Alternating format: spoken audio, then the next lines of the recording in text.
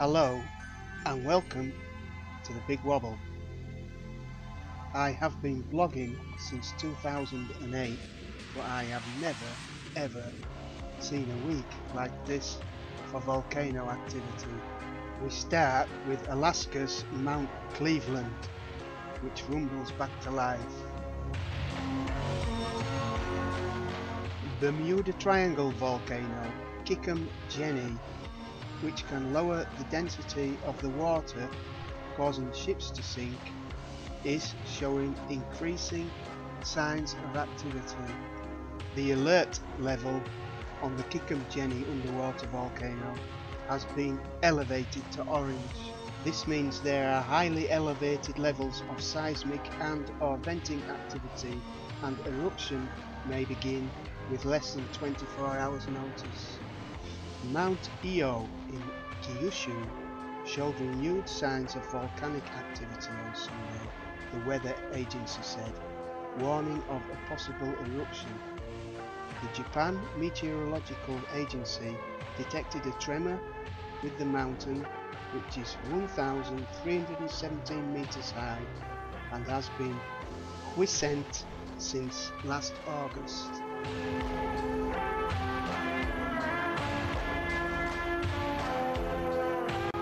After an incredible week of seismic activity along the Gulf of Alaska, registering more than 100 small to large earthquakes around the Mount Cleveland volcano just west of Nikolski Island, another swarm has started around Redoubt volcano just west of Anchorage with another major quake at magnitude 6.3.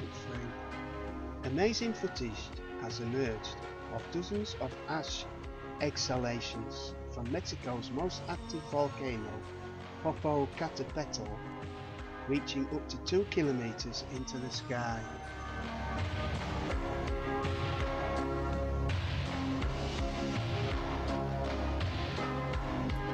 And on we go.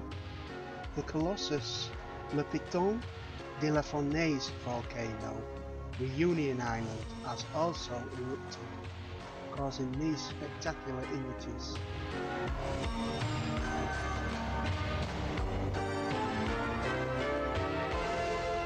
And the Manam volcano has erupted in Papua New Guinea. And finally, Halconi volcano in Japan also rumbles back to life. An incredible 9 volcanoes all grumbling away in just 1 week.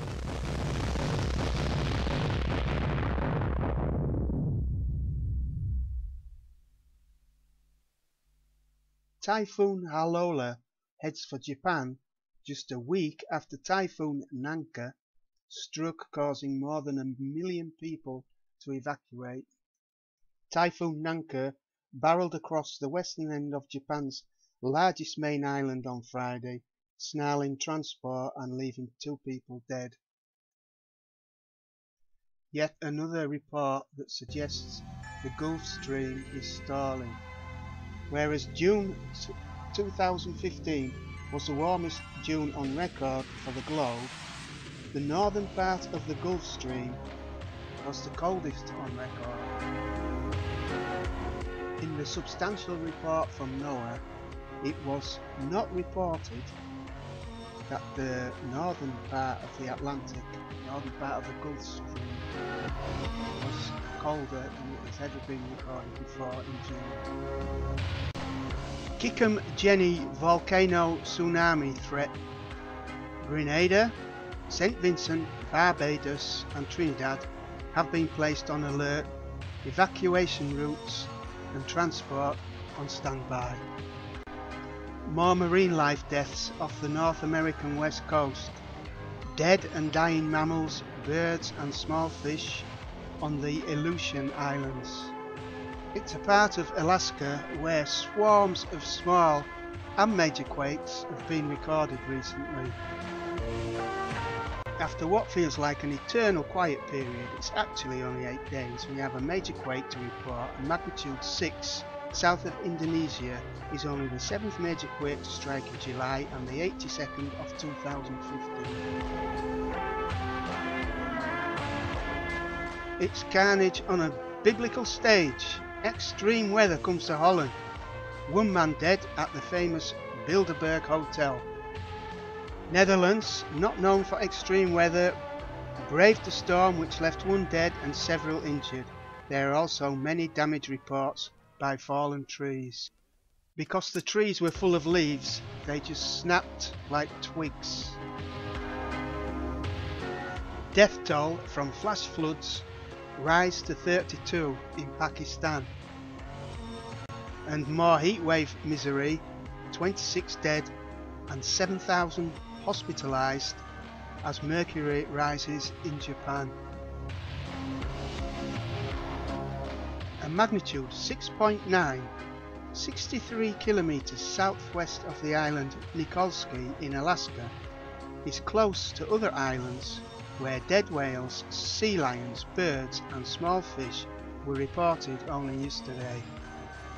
A magnitude 7.0 west of Papua, Indonesia, is the 3rd major quake in as many days. It is only the 9th major quake to strike in July, and it is the 84th of 2015. We are moving towards a state of natural disaster. What an expert described the Orbetello Lagoon in Italy, where more than 200 tons of fish have died. 10,000 holidaymakers evacuated from campsites in France as wind, drought and heat waves fan massive wildfires.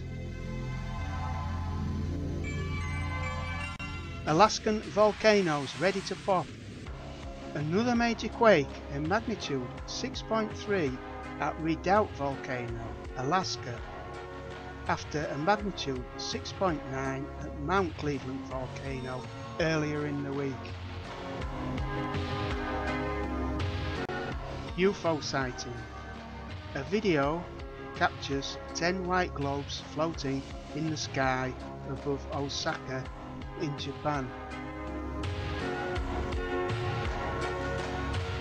The 10 white circular balls floating in the sky above Osaka are quick moving and dance around in the 2-minute long video. It has been a hot summer for sockeye salmon in the Pacific Northwest. Way too hot. So hot that more than 250,000 of the salmon migrating along the Columbia River have died because of the water temperature. Wildlife officials say that out of 507,000 sockeye salmon swimming through Oregon and Washington, only 272,000 have survived. Oregon Department of Fish and Wildlife Fisheries Manager John North says they've never had mortalities at this scale. And it won't be getting any better anytime soon, as record heat wave in Oregon and Washington will keep on killing freshwater fish, at least in the near future. Well folks, that's it for another week. Thanks for watching The Big Wobble, and I'll see you next week. Bye bye.